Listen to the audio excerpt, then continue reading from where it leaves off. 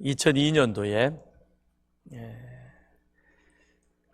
우리 온 국민을 기쁨과 열광의 도가니로 몰아넣었던 하나의 구호가 있죠. 대한민국. 우리가 같이 함께 온 국민의 구호, 응원 구호, 대한민국. 그러면 박수가 이렇게 맞나요?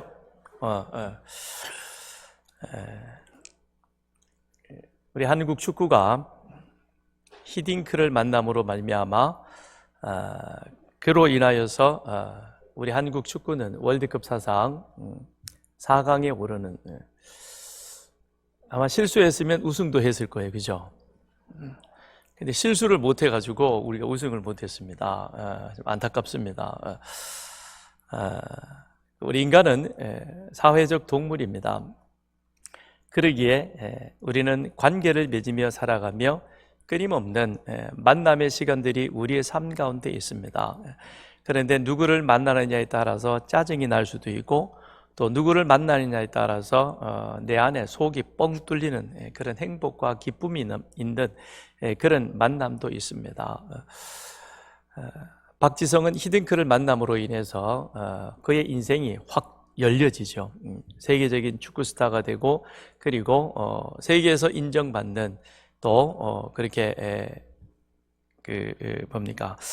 큰 우리 국민들의 자랑이 되어가는 그런 귀한 사람이 되었습니다. 그래서 누구를 만나느냐, 어떤 만남을 가져가느냐 하는 것은 참으로 중요한 것입니다. 오늘 히딩크와 한국 축구, 히딩크와 박지성 만남보다도 더 아주 극적인 그런 만남이 오늘 우리가 읽었던 성경 본문 속에 그렇게 나타나 있습니다. 오늘 성경을 보면 우리가 앞에 읽지는 않았습니다만 예수님께서 유대를 떠나 갈릴리로 그렇게 이제 가시기로 결정을 하셨습니다. 여기 보이는 것이 이스라엘의 지도인데요.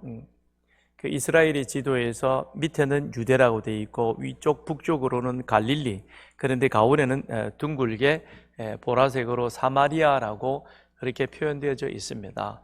사실 유대나 사마리아나 같은 민족입니다. 같은 민족인데, 그런데 이들은 오랜 기간 동안 그렇게 민족이 나누어지면서, 즉 밑에 있는 유대는 남유다라고 불려졌고, 위에 있는 이 중간에 있는 저기는 북이스라엘, 그렇게 불려지게 됩니다. 그렇게 되면서 이 두 나라는 오랜 기간 동안 같은 민족인데, 그런데 서로 반목하고 질시하는 그런 과정 속에 있습니다. 그러다가 저 위에 보라색에 있는 사마리아 북이스라엘이 아수르 제국에 의해서 멸망됩니다. 그런데 아수르 제국은 자기들이 정복한 나라의 그 정복민들의 정체성을 다 흐트러 버리기 위해서 혼합주의 정책을 씁니다. 그래서 자기들이 정복한 나라에 이쪽 나라 백성을 저쪽으로 보내고 저쪽에 있는 사람을 이쪽으로 보내고, 그래서 막 섞어가지고는, 그리고는 나중에는 내가 누구인지, 내가 어떤 사람인지조차 그렇게 희미하게 만드는 그런 혼합주의 정책을 쓰게 되는 것이죠. 그런데 이 북이스라엘 사마리아도 예외는 아니었습니다. 아수르가 제국을 북이스라엘을 정복하고 나서는, 그리고는 사람들을 흩어버리고 다시금 그 안으로 들어오게 해서, 그래서 그 안에서 서로 섞어버리는, 그래서 혼혈주의 정책을 썼는데, 그래서 밑에 있던 남유다 백성들, 원래는 같은 민족이었죠. 그런데 그 밑에 있는 남유대 백성들이 위에 있는 북이스라엘 사마리아 사람들을 볼 때 저들은 이방인들하고 같이 섞여져서, 그래서 자신의 정체성과 신앙과 이런 모든 것들이 이제는 분명치 않다. 그래서 이 밑에 있는 유대인들이 위에 이 보라색으로 되어 있는 이 사람들을 뭐라고 불렀냐면 사마리아인이라고, 사마리아 사람이라고 불렀습니다. 사마리아라고 하는 그 의미 속에는 섞였다는 것이죠. 혼혈되었다는 것이죠. 이방인들과 그들은 섞여가서, 그래서 저들은 참 이스라엘이 아니라는 겁니다.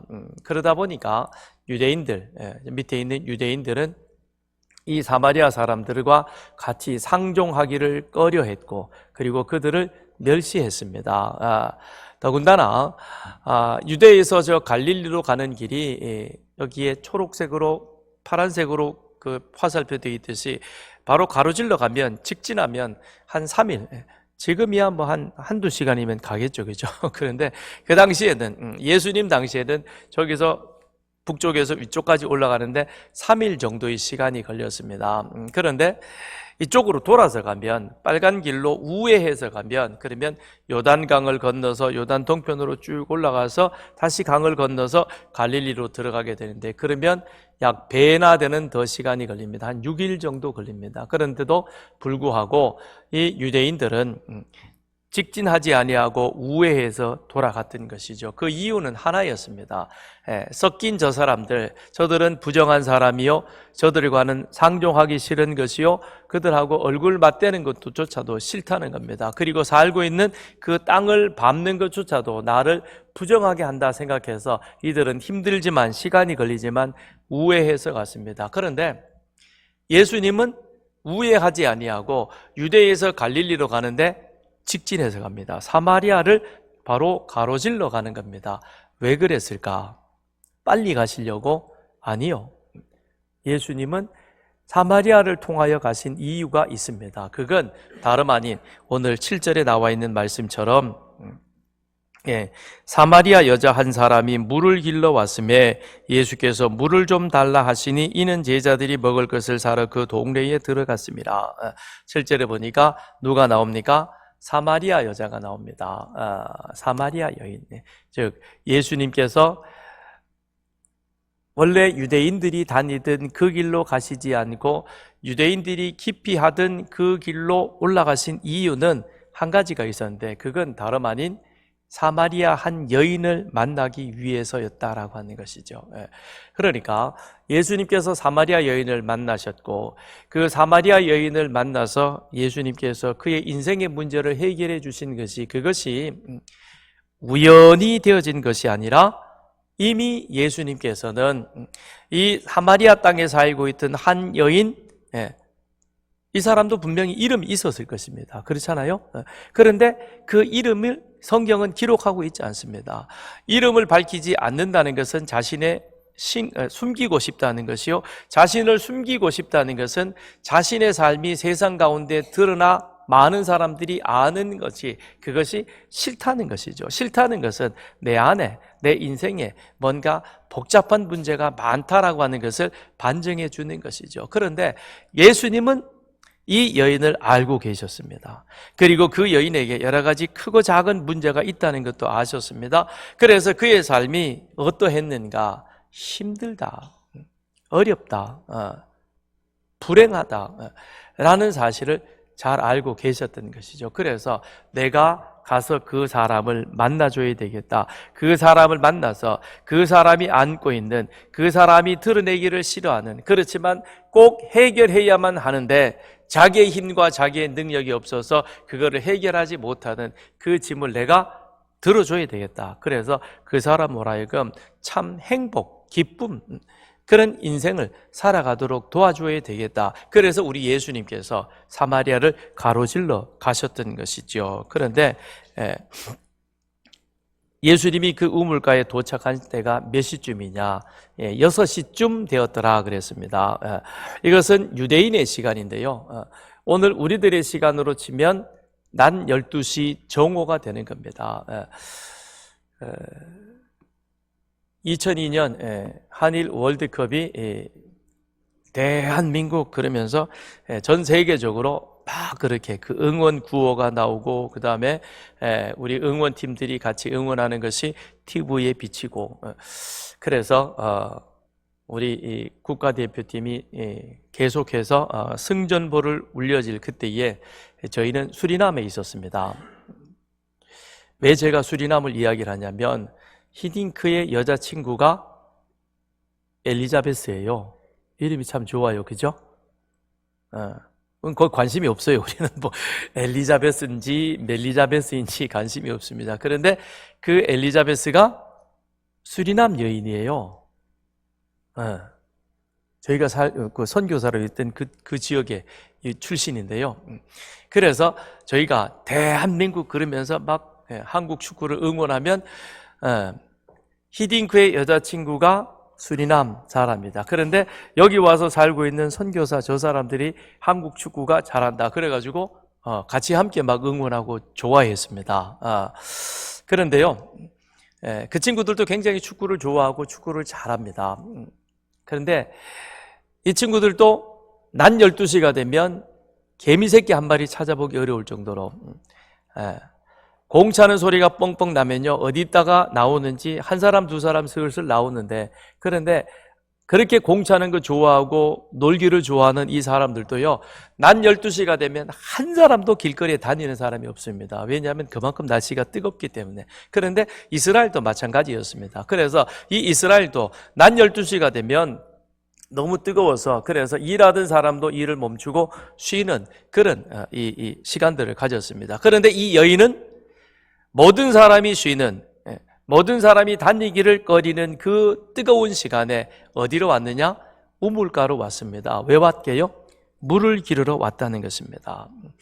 아무도 다니지 않고 다니기를 꺼리는 그 시간에 그 여인이 우물가로 왔다는 것은, 그 여인은 사람을 만나기가 싫다는 것이죠. 사람들의 이목받는, 주목받는 그것이 싫었다는 것입니다. 그래서 할 수 있으면 사람을 피하고 싶고, 할 수 있으면 나 혼자 사는 삶, 그것이 좋아서, 그래서 이 여인은 낮 12시에 우물가로 우물을 기르러 왔습니다. 지금이야 집집마다 수도가 있고요, 참 신기해요, 그죠? 그것을 틀어가지고 이쪽으로 돌리면 따뜻한 물이 나오고 이쪽으로 돌리면 차가운 물이 나오고, 어떻게 한 꼭지에서 뜨거운 물과 찬물이 같이 나와요? 너무 신기하지 않습니까? 네. 그런데 지금이야 수도로 우리는 참 편하게 생활을 합니다만 7, 80년대, 우리나라도 7, 80년대는 공동 수도가 있거나 아니면 우물이 있었습니다. 그런데 이 우물이라고 하는 것은요, 여인들의 독차지입니다. 남자들은 우물에 잘 안 가죠, 그죠? 여인들이 우물에 물 기르러 가거나 쌀 씻으러 가거나 아니면 빨래하러 가기도 하고요. 그래서 이 우물가는 여인들의 동네 사랑방과도 같은 역할을 했습니다. 그래서 이 우물가에 앉아서 물 기르러 와가지고는 서로 정보를 주고받고 소식도 나누고, 그 집에 그랬대? 아이고, 그래서 그랬구나. 그리고는 서로 이야기도 나누고, 그러면서 한편 정보와 소식도 나누지만 우물가는 스트레스를 해소하는 곳이기도 합니다. 그죠? 빨래 한 바구니 짊어지고 이고 와가지고는 거기에다 풀어서 물가에 내놓고는, 그리고는 남편 흉도 보고 시어머니에게 받았던 스트레스도 방망이로 빨래를 두드리면서 거기서 풀어요. 그죠? 여러분들이 우물가 여인이 아니라서 잘 모르시는 방망이질을 뚱당뚱당 하면서 시어머니한테 이제 그런 얘기도 하고, 그래서 이 우물가는 정보가 오고 가는 곳이요, 소식이 전해지는 곳이며, 동시에 그곳을 다녀오면 마음이 시원해요. 그죠? 속에 든 걸 다 털어놓았으니까 얼마나 시원하겠습니까? 그러니까 올 때는 인상을 찌푸리고 왔지만 돌아갈 때는 무거운 물동이를 들고 가지만 얼굴은 확 피고 마음도 행복해서 집으로 다시 돌아가게 되는 것입니다. 그런데 이 여인은 낮 12시에 오면 동네 소식을 들을 수도 없습니다. 정보를 접할 수도 없습니다. 사람을 만날 수도 없는 겁니다. 그러니까 홀로 그냥 물동이 익어 왔다가, 그리고 물 기르 가지고는 혹여나 누가 볼세라 재빨리 집으로 돌아가는 그와 같은 삶을 이 여인은 살고 있었던 것이죠. 왜 이 여인은 소식을 듣는 것이, 소문을 듣는 것이, 정보를 접하는 것이 싫었을까요? 그 중에 상당 부분은 자기 이야기거든요. 왜 그러냐면 여기 보면 이 여인에게는 남편이 5이 있었다 그랬습니다. 여러분 한번 생각해 보세요. 한 남편하고 사는 것도 이야기거리가 너무 많아요. 그렇죠? 안 그런가요? 여러분의 남편은 별로 재미가 없군요. 예. 한 남편하고만 살아도요, 아침 다르고 저녁 다르고요, 어제 다르고 오늘 다르고요, 이렇게 이야기거리가 너무 많아요. 그런데 남편이 5이나 있었다고 한번 생각을 해보세요. 그때 그 첫 번째 남자는 이랬고, 두 번째 남자는 그랬고, 그 세 번째 그 자식은 그랬고, 뭐 이게 많은 얘기가 나올 거 아니에요. 그렇잖아요? 그러니 얼마나 할 얘기가 많겠습니까? 그런데 남편이 5이 있었다는 것은 여인에게도 그만큼 허물이 되어졌고, 허물이 되다 보니까 자연 사람들은 만나면 자기만 보면 수군거렸고 뒷얘기했었고, 이번엔 또 누구래? 어떤 남자랑 만났대? 뭐 이런 이야기들이 오고 가니까 자연히 듣기 싫었겠죠. 그러니까 사람들이 보고 싶지 않습니다. 만나고 싶지 않은 것입니다. 그래서 그는 조용하게 모든 사람이 쉬는 그 시간에 그곳에 와서 그는 물 길고 돌아갔다는 것입니다. 그런데 그런 여인의 속사정을 누구는 알고 있습니까? 예수님은 알고 있었던 것이죠. 그 예수님은 그 속사정을 알 뿐만 아니라 그 여인이 정오가 되면 물 기르러 온다. 그래서 내가 그 여인을 만나야 되겠다. 지금까지 그가 남편 5을 만났고 6번째 남자를 만났지만 그 남편도 자기 남편이 아니라는 것은 여전히 자기 가운데 내재해 있는 그 수많은 문제들을 그가 지금 해결하지 못해서, 그래서 불행과 절망의 늪 속에 빠져 헤매이고 있다. 그러니 내가 그 무거운 십자가를 좀 걷어줘야 되겠다. 그래서 그 사람에게 참된 기쁨을 줘야 되겠다. 그래서 우리 주님께서 이 사마리아 여인을 만나기 위해서 그 뜨거운 시간에 우리 주님께서 그곳까지 가신 겁니다. 여러분, 세상은요, 나에 대한 이야기를 알면 그걸 재밌게 각색해가지고는 다른 사람들에게 전해서 그래서 눈덩이처럼 퍼지도록 만드는 겁니다. 세상은 내가 행복해지는 것에 대해서 절대 용납지 않습니다. 내가 행복하거나 내가 기쁨이 있거나 그러면 세상은 시기 질투하면서 그러면서 나에 대해서 그런 나쁜 것을 자꾸 만들어내려고 합니다. 그리고 우리는 할 수 있으면 우리 속에 있는 이야기를 다른 사람들이 별로 하고 싶지 않습니다. 그런데 우리 예수님은 나에 대한 모든 것을 아실 뿐만 아니라 또한 내 삶에 있어서 슬픔보다는 기쁨이, 그리고 불행보다는 행복한 삶이, 무거운 세상 짐에 눌려서 그것 가운데서 한숨 쉬며 탄식하는 그것보다는 마음에 기쁨과 찬송이 우러나오는 그런 삶을 살기를 원하십니다. 그래서 우리 주님은 내 모든 형편을 아시기에 오늘 이 시간도 우리를 찾아오셨습니다. 여러분 눈에는 보이지 않는 것 같지만 그러나 우리 예수님은 지금 이 자리에 계십니다. 그리고 이 자리에서 예수님은 여러분을 만나시기를 원하십니다. 이 시간 오늘 처음 초대받아서 오셨든 아니면 여러분 이곳에 오셨든 아니면 나는 서산교회 교인으로서 오랫동안 이곳에 왔는데 그런데 예수님을 인격적으로 정말 정식으로 내 삶의 주인으로 모셔드리지 못함으로 말미암아 내가 예수 믿는다고 하지만 예수님은 내 문제를 알고 내 문제에 대한 해답도 갖고 계신다는데 그런데 내가 그 예수님께 내 인생의 문제의 해답을 응답받지 못해서 고민과 고통과 불행한 삶을 살고 계시다면 이 시간 예수님을 인격적으로 만나시기를 바랍니다. 정말 예수님을 만나서 예수님에게 내 문제를 내어놓고 내 문제를 드리면 우리 주님은 그 문제를 소문내지 않습니다. 소문내지 아니하고 내가 바라는 그 해답을 오늘 우리들에게 분명히 주실 것입니다. 그러므로 이 시간 분명히 예수님을 만나시고 돌아가는, 그래서 여러분의 삶이 이제는 슬픔과 절망, 탄식은 종지부를 찍고 그리고 쉼표가 아니라 마침표를 찍어버리고 다시 예수 안에서 이제는 행복된 삶을 살아가는 여러분 되시기를 바랍니다. 꼭 그렇게 되어지기를 바랍니다. 생각지도 않게 우물가에서 한 남자를 만난 이 사마리아 여인이 예수님께 묻습니다. 9절에 사마리아 여자가 이르되 당신은 유대인으로서 어찌하여 사마리아 여자인 나에게 물을 달라 하나이까?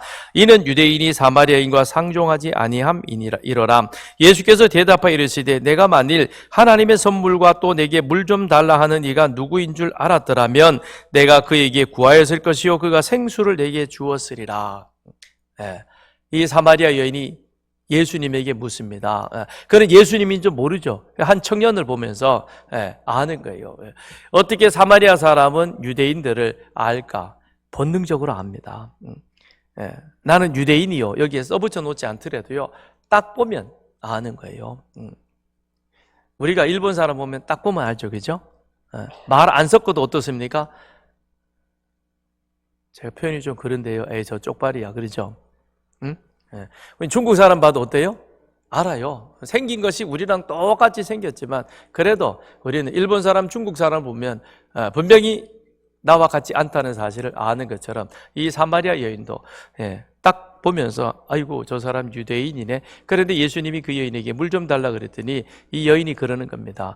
유대인들은 우리와 상종하기를 싫어하는데 우리는 부정하다 그래서 당신들은 우리 땅 밟기도 싫어하는데 어찌하여 나에게 물 좀 달라 하느냐. 내가 부정한데 그런데 나에게서 주는 물을 마시면 당신도 부정하다고 생각하지 않겠느냐. 그런데 어찌하여 나에게 물을 달라라고 그렇게 말하느냐라고 의아하게 예수님을 쳐다보는 것이죠. 그런 여인에게 예수님이 아주 의미심장한 말을 하십니다. 10절에 내가 만일 하나님의 선물과 또 내게 물 좀 달라 하는 이가 누구인 줄 알았더라면, 거기에서 예수님이 두 가지를 말씀하고 있습니다.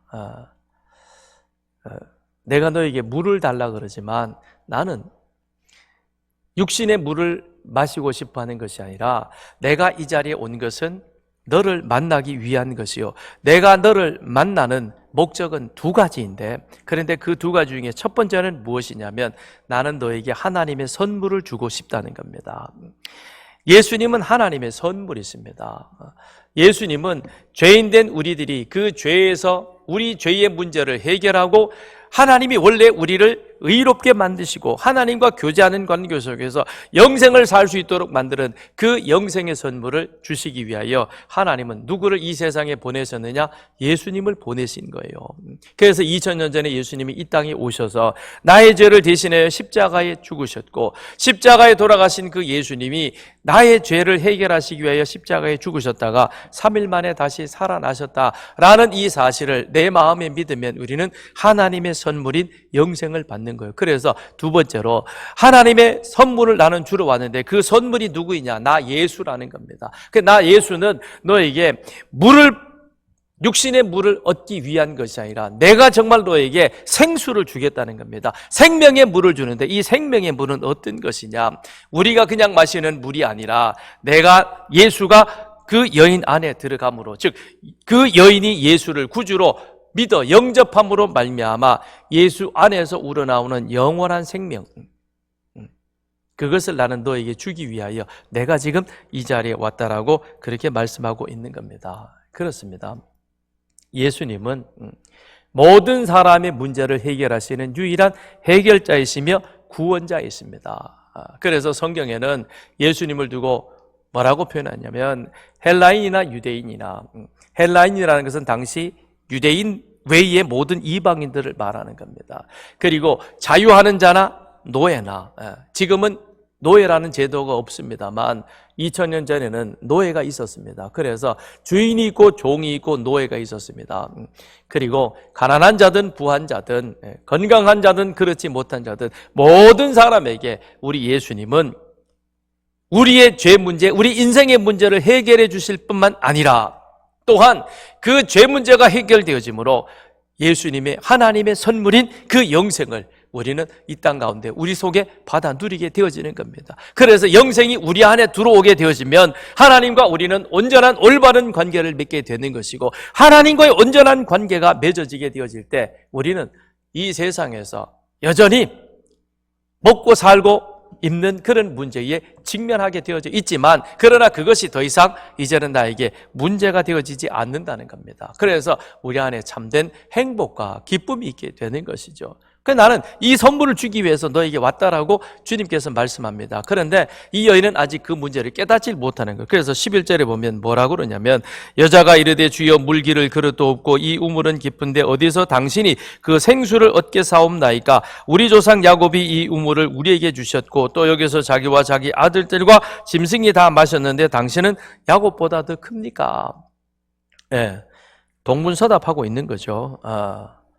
예수님은 지금 내가 하나님의 선물이요, 나는 너에게 내가 고민하고 있는 그 인생의 문제를 하나님을 만남으로 말미암아 그걸 깨끗하게 정리해 주게 왔다라고 그렇게 말씀하는데, 그런데 이 여인은 계속 무슨 얘기만 합니까?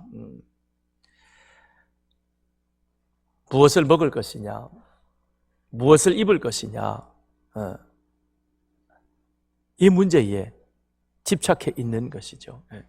그게 오늘 우리들의 모습이기도 합니다. 입고 먹고 마시는 것, 의식주의 문제는 이건 정말 우리 살아가는 삶에 있어서 꼭 필요한 것입니다. 그렇죠? 우리나라는 사계절이 분명함에도, 그런데 최근에 와서는 이 사계절이 이제는 무색해졌습니다. 얼마 전까지만 하더라도 그렇게 날씨가 덥고 비가 막 오더니 또 갑자기 오늘에는 기온이 뚝 떨어졌죠. 그죠? 바람이 많이 부니까 더 추워지고요. 그래서 봄과 가을이 없어지고, 여름에 반팔 옷을 입다가 이제는 추워서 긴팔 옷을 여러분 다 꺼내 입으셨네요. 그죠? 두꺼운 옷을 입고 오셨습니다. 그러니 더군다나 추운 겨울이 시작이 되어지면 따뜻한 옷을 잘 챙겨 입으셔야 되고, 이 추위를 이기려면 우리는 또 든든하게 먹어야, 그래야 겨울을 잘 지낼 수 있습니다. 그러니 이제 곧 겨울인데 무엇을 먹을 것이며 무엇을 입을 것이냐, 이건 우리 인생에 있어서는 피할 수 없는 아주 중요한 문제인 것입니다. 그런데 이 문제도 물론 중요하지만 예수님은 뭐라고 말씀하시냐면, 무엇을 먹을까, 무엇을 마실까, 무엇을 입을까. 그래, 이거는 세상 모든 사람들이 고민하고 걱정하는 문제야. 그러나 예수님을 믿어서 하나님과 온전한 관계가 맺어진 그 사람에게 있어서는 이 문제를 가지고 크게 걱정할 필요가 없단다. 이것이 예수님이 주시는 결론인 것입니다. 예수를 믿는 사람에게도 먹고 마시고 입는 문제가 필요한 것입니다. 그러나 예수를 믿는 우리들에게 있어서는 먹고 마시는 문제에 대해서 크게 그것 때문에 우리는 낙심하거나 절망하지 않는다는 것이죠. 왜냐하면 하나님께서 우리를 책임져 주실 것이라는 그와 같은 믿음이 우리에게 있기 때문에. 그래서 주님께서는 무엇을 먹을 것이냐, 무엇을 마실 것이냐, 무엇을 입을 것이냐라는 것보다는 너는 먼저 하나님의 나라와 그의 의를 구하라. 즉 하나님과의 관계를 온전하게 바르게 하면, 그러면 하나님을 통해서 우리가 고민하고 걱정하는 이 모든 것들도 우리 하나님께서 감당할 수 있는, 이길 수 있는 지혜와 해결 방법을 주신다라고 그렇게 말씀하고 있는 것입니다. 그럼에도 불구하고 이 여인은 여전히 그 안에 자신이 해결하지 못했던, 고민하고 있었던 그 내면의 문제로 인하여 갈급해합니다. 그러니 예수님께 그렇게 묻는 것이죠. 당신은 내가 보니까 나그네요. 물기를 그릇도 없는데 나에게 생수를 준다고요? 나 그거 마시면 다시는 이곳에 물기르러 올 일도 없는 것이고, 그러면 내 삶이 더 이상 사람들에게 그런 화제거리가 되지 않아서 나는 좀 좋겠습니다라는 그런 투로 말하는 것이죠. 그런 여인에게 예수님이 뭐라고 말씀하십니까? 오늘 16절에 가서 보니까 가서 내 남편을 불러오라. 가서 내 남편을 불러오라라고 말합니다. 아니, 예수님이 무슨 권리와 권세로 처음 만난 이 여인에게 내 남편 불러오라고 그렇게 얘기를 합니까? 그런데 예수님에게는 이런 권세가 있습니다. 왜요? 하나님께서 그의 아들 예수를 세상에 보내셔서 세상 사람들이 해결할 수 없는 죄의 문제, 그 죄의 문제를 우리 주님께서 십자가를 지게 하심으로 말미암아 감당하셨던 것이죠.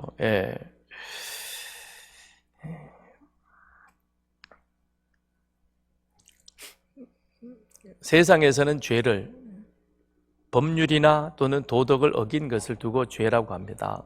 그러나 성경에서 말할 때 이 죄는 하나님과의 어긋난 관계, 하나님과의 관계가 어그러짐으로 말미암아 하나님을 알지 못하고 하나님을 모르기 때문에 자기가 주인되어 자기 방식대로 자기 뜻대로 살아갔던 그 삶, 그래서 하나님의 말씀에 불순종했던 이것을 성경은 죄라고 그렇게 말하고 있는 것입니다. 그런데 이 죄는 결국 우리로 하여금 우리의 삶을 불행으로 이끌어가게 되는 것입니다. 내 남편을 데려오라. 그랬더니 여인이 예수님에게 뭐라고 대답하냐면 17절에 나는 남편이 없나이다. 예수께서 이르시되 내가 남편이 없다 하는 말이 옳도다. 너에게 남편 5이 있었고 지금 있는 남편도 내 남편이 아니다라고 그렇게 말합니다. 이 여인이 남편을 5이나 바꿔치기 했습니다. 능력 있는 여자예요. 그죠? 남편을 바꿔치기 했다는 게 꼭 능력을 말하는 건 아닙니다. 왜 이 여인이 5명의 남편과 살았을까? 그리고 지금 6째 남편과 살고 있을까? 행복을 쫓아가는 것이죠. 그래서 야, 저렇게 영화배우처럼 아이돌처럼 잘생긴 남자네? 저 남자면 나를 행복해 줄 것이다. 그래가지고 그 남자랑 살았는데 보니까 인물은 멀끔한데 능력이 없네요. 그러니까 바꾸는 거죠. 그죠? 그래서 그 다음에 능력 있는 남자를 찾았습니다. 그런데 재물을 잔뜩 가지고 보니까 그 사람은 인간성이 이건 또 엉망이에요. 돈 좀 있다고 지 맘대로 말하고 지 맘대로 행동하고 아주 그냥 자기 부인 알기를 아주 그냥 길거리에 버려진 그것처럼 생각하는 거예요. 그러니까 이것도 아니네. 그래가지고는 인간성 좋은 남자를 찾았습니다. 근데 인간성 좋은 남자를 찾아놓고 보니까 이 사람은 별로 능력도 없고 사회중도 떨어지는 거죠. 그래서 참 답답한 거예요. 그래가지고 또 바꿔치기 한 겁니다. 우리의 삶이 그렇다는 것이죠. 어쩌면 우리도 지금까지 5 남편이 있었는지도 모릅니다. 세상의 물질을 따라가고 권력을 따라가고 명예를 쫓아가고 그리고 육신의 아름다운 미모만을 찾아가고 이것도 찾아보고 저것도 해보고 여러 가지 것들을 다 해보았는데 그런데 우리 안에는 참된 만족과 행복이 없었습니다. 그럴수록 우리 안에는 더 공허함만이 커져갑니다. 더 갈급해집니다. 왜 그런 줄 아세요? 죄는 우리 안에 들어와 있는데 첫째는 이 죄는 내가 하나님의 형상이라는 사실을 잊도록 만드는 겁니다. 우리는 원래 하나님의 형상대로 지음받은 존재인 것입니다. 하나님이 우리를 지으시되 하나님의 형상대로 그것은 하나님과 우리는 관계를 맺고 있을 때에 그때 우리에게는 참 행복과 기쁨이 있는 겁니다. 그런데 사탄이 우리를 쳐들어오면서 그러면서 우리 안에 무엇을 갖다가 집어넣느냐 하나님처럼 되게 해주겠다라고 만든 것이죠. 그래서 죄는 우리 안에 들어오면서 육체의 정욕, 안목의 정욕, 이생의 자랑이라고 하는 이것들 가지고 우리 속에 쑥 들어오면서 그러면서 우리 안에 원래 있어야 될 하나님의 형상이 그 다음엔 무엇과 더불어 있느냐 아담의 형상하고 같이 있는 거예요. 하나님을 거스리고 하나님을 대적하고 하나님처럼 되겠다고 하는 그래서 세상의 욕망을 따라 살아가는 그런 삶의 모습이 우리 속에 들어와 있는 겁니다. 이것이 죄라는 것입니다. 그래서 우리는 아무리 많은 권력을 명예를 가져도 그 권력과 명예에 대해서 더 목마르죠. 대통령 한 번만 해도 그건 최고의 명예 아닙니까? 그런데 어때요? 한 번 하고면 2번 하고 싶죠. 2번 하면 영원히 하고 싶고 그죠? 화장실 하나 있으면 2개 갖고 싶고 그렇잖아요. 화장실 하나 있는 집에 들어와서 너무 좋았어요. 그런데 우리 딸이 사춘기 소녀가 되더니 그 다음부터는 화장실에 들어가면 1시간에도 안 나오네요. 그러니까 출근해야 되는 남편이 동동걸음을 하는 거죠. 그래서 화장실 2개 있는 집에 갔으면 좋겠다. 그래서 화장실 2개 있는 집으로 갔는데 2개 있는 집에 가니까 잠시는 행복했지만 별로 그 다음에는 행복하지 못합니다. 왜요? 주말 되면 아내가 매일 여보 뭐처럼 집에 있는데 청소기 좀 돌려 그래요. 그래서 이 방 저 방 다니면서 청소하려니까 힘들죠. 그죠? 그래서 로봇 청소기 사줬는데 카드값 나오니까 불행해지고 이게 우리 인생인 겁니다. 그래서 우리는 좀 더 가지고 좀 더 높은 곳에 올라가고 좀 더 나은 자리에 오면 행복해질 줄 알았지만 그렇지 못하다는 겁니다. 왜 그러느냐? 내가 원래 하나님의 형상대로 지음받았기에 우리 삶의 주인은 하나님이시니 하나님과의 좋은 관계가 맺어져야 되는데 그런데 육체의 정욕, 안목의 정욕, 이생의 자랑이라는 이 죄가 우리 안에 쑥 들어오면서부터 그러면서 하나님과의 관계를 어그러뜨리게 만들었고 그래서 결국에는 우리는 많이 가질수록 더 높은 곳에 올라갈수록 더 갈증과 갈급함이 더해지는 그와 같은 삶을 살아가고 있는 것입니다. 그런데 이 죄 문제는 누가 해결해 줄 수 있느냐? 예수님만이 해결해 주는 것입니다. 그런데 예수님이 내 죄를 해결해 주기 위해서는 우리는 내가 죄인이라는 사실을 인정해야 되는 겁니다. 그러니 자, 예수님이 그 여인에게 묻는 것이죠. 남편 데려와라. 그랬더니 여인이 뭐라고 그럽니까? 나는 남편이 없습니다 그럽니다. 그랬더니 예수님이 정확하게 말씀하죠. 맞아. 너는 남편이 5 있었지만 지금 있는 6째 남편도 내 남편이 아니야 라는 것이죠. 남편을 데려오라라고 하는 그것은 너는 죄인이다라는 예수님의 지적이었고, 거기에 대해서 이 여인은 예 맞습니다, 저는 죄인입니다 라고 솔직하게 고백하는 겁니다. 예, 병원에 갔습니다. 왜 왔습니까? 아파서 왔습니다. 알아맞혀 보세요. 그러면 치료받지 못합니다. 내가 아픈 곳을 정확하게 얘기해야 됩니다. 어디가 아프고 어떻게 아프고 그래서 내가 힘듭니다. 그러면 의사가 이거 엑스레이 찍어야 되겠네요. 이건 엑스레이 안 찍고 주사 맞으면 됩니다. 이건 약만 먹으면 됩니다. 처방을 내려줍니다. 마찬가지예요. 우리는 예수님 앞에서 내가 죄인입니다. 나는 죄를 지었습니다. 내 마음은 공허합니다. 나는 만족함이 없습니다 라고 정확하게 고백할 때 주님은 우리에게 그래 맞아. 그래서 나는 너에게 참 하나님의 선물인 영생을 주기 위해서 내가 왔단다. 주님은 그렇게 말씀하시는 것이죠. 지금 있는 자도 내 남편이 아니다는 것이 참되도다라고 그렇게 말씀하고 있는 것입니다. 내 상황과 형편을 정확하게 아시는 우리 주님, 그 주님 앞에서 우리는 우리의 솔직함을 드러내고 내가 죄인입니다라는 그 고백이 우리 속에 있을 때, 그때 우리 주님의 치료는 시작이 되는 겁니다. 거기에서부터 우리는 참된 행복의 길로 참된 예수님의 만남의 시간이 이루어지게 되는 것이죠. 25절 26절을 보겠습니다. 여자가 이르되 메시아 곧 그리스도라 하는 이가 오실 줄을 내가 아노니 그가 오시면 모든 것을 우리에게 알려주시리다. 예수께서 이르시되 내게 말하는 내가 그라 하시니라. 죄인이라고 고백하는 그 여인이 그렇게 진정 이제 말합니다. 맞습니다. 그래서 나는 하나님께서 우리 조상들에게 약속하셨던 구원자 그리스도 메시아가 오시면 나의 내 안에 있는 갈급함의 인간의 문제를 해결할 줄로 알고 있습니다. 그래서 나는 그분을 기다립니다 라는 것이죠. 그랬더니 주님이 뭐라 그러십니까? 맞아.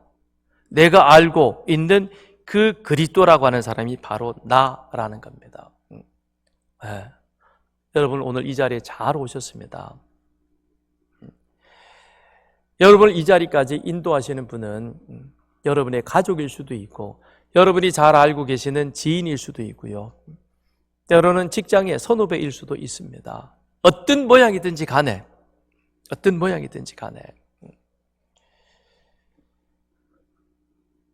내가 이 자리에 올 수 있다는 것은 나에게도 이 세상 살이를 이제는 내 혼자 내 능력으로 살아간다는 것이 버겁다는 것을 스스로 인정하는 것이죠. 그래서 누군가가 나의 이 삶을 같이 살아주면 좋겠다, 도와주면 좋겠다, 인도자가 되어주면 좋겠다라는 그런 바람이 우리 속에 있었던 것입니다. 이 여인처럼. 그랬을 때 우리 주님께서 그래, 내가 너의 삶을 도와주마. 내가 고민하고 어렵고 힘들다는 문제가 무엇이냐? 그걸 나에게 말해라. 그러면 내가 이젠 그 문제를 직접 해결해 주겠노라 라고 말하는 거죠. 맞아요. 저는 남편이 5 있었지만 그 남편도 지금 6째 있는 사람도 내 남편이 아닙니다. 맞습니다. 근데 나는 정말 이제는 나와 함께 갈 참된 남편을 찾습니다. 그랬더니 주님께서 말합니다. 그래, 내가 찾는 그 참된 행복이 어디에 있느냐? 바로 내 앞에 있는 내가 너에게 그 참된 행복을 주겠노라고 주님이 말씀을 하십니다. 예수님을 만났을 때 우리에게는 우리 인생의 문제가 해결됩니다. 내가 그렇게 오르길 원했고 내가 그렇게 갔길 원했고 내가 그렇게 누리길 원했던 그런 모든 것들이 우리 예수님 안에 있는 것입니다. 그래서 예수님은 그 여인에게 말씀하는 것이죠. 내가 그다. 내가 바로 하나님의 선물이다. 오늘 이 시간 하나님의 선물 되신 예수님을 만나시고 그 예수님을 여러분의 구주로 영접하시기를 바랍니다. 그러면 우리의 삶은 그때부터 행복이 시작이 되는 것입니다. 28절을 보십시오. 여자가 물동이를 버려두고 동네로 들어가서 사람에게 이르되 내가 행한 모든 일을 내게 말한 사람을 와서 보라. 이는 그리스도가 아니냐. 예. 이 여인은 사람들의 눈을 피해 다니던 사람이었습니다. 사람들이 모이는 자리면 한사코 거기를 가기를 싫어했습니다. 왜요? 내 짐이 너무 무겁기, 내 인생이 너무 불행해 보였기 때문에 그랬습니다. 그래서 그런 모습을 세상 사람들에게 보이기 싫어했습니다. 그랬던 이 여인이 이제 어디로 갔습니까? 동네로 들어갔습니다. 스스로 그 자리로 들어갔습니다. 왜 들어갔습니까? 내가 행복해진 것을 보이기 위해서.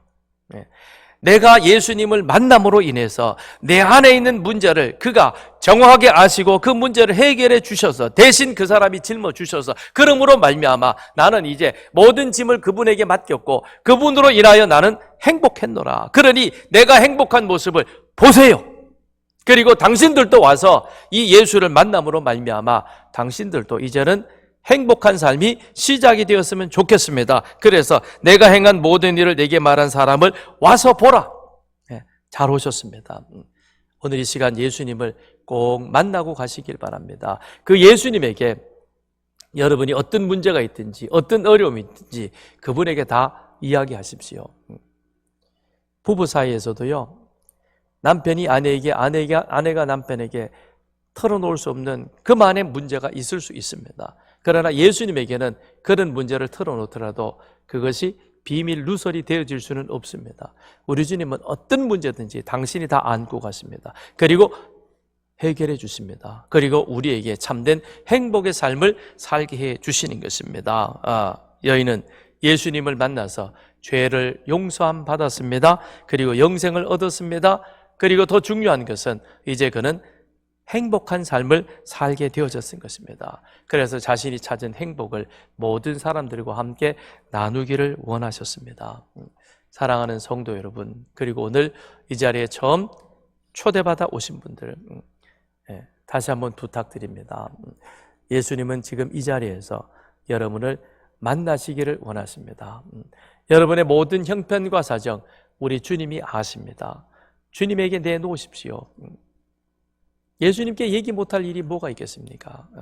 예수님께 내놓으시면 예수님은 여러분을 안아주실 것입니다. 그리고 잘했다. 내가 오늘 너를 만나기 위해서 왔는데 그런데 이렇게 이야기해 주니 너무너무 고맙구나. 그러나 이제부터 나와 함께 가면 그러면 너에게는 이런 문제로 더 이상 걱정하지 않아도 고민하지 않아도 된다. 내가 대신 감당해 주겠노라. 그리고 내 안에 있는 행복과 기쁨을 너로 함께 나누길 원한다라고 주님은 우리에게 당신의 행복을 주십니다. 그러므로 예수님을 만남은 행복의 시작인 것입니다. 여러분의 인생에 새로운 기쁨이 있을 것입니다. 이 자리에 오신 여러분들 예수님을 만남으로 행복한 삶을 시작해가는 그런 은혜가 있기를 바랍니다. 이 시간 제가 한번 여러분을 위해서 기도해 드리겠습니다. 오늘 이 자리에 처음 오신 분, 그래서 나도 여러 가지 문제로 이런 문제로 고민하고 힘들었는데 그런데 오늘 말씀을 듣고 보니까 예수님은 내 문제를 충분히 해결해 주실 수 있구나. 그 예수님께 내 인생의 문제를 맡기고 나도 이제는 예수님 안에서 행복한 삶을 살아야 되겠다라고 결단이 되시면 가슴에 손을 얹으십시오. 그리고 제가 기도해 드리겠습니다. 그리고 신앙생활을 우리 교회에서 쭉 해 오셨는데도 불구하고 그럼에도 불구하고 아직 예수님을 인격적으로 만나지 못해서 내가 두 가지 모순된 삶을 살아갔던 분이 계신다면 괜찮아요. 다시 한번 이 시간 주님 앞에서 내 인생의 내 자신의 본래의 모습을 드러내고 그래요, 저는 죄인이었습니다. 그런데 이제 예수님을 내 안에 인격적으로 주인으로 모시고 나는 주님과 함께 행복한 삶을 남은 시간 동안 멋지게 살아보겠습니다. 다짐하시길 바랍니다. 제가 기도하겠습니다.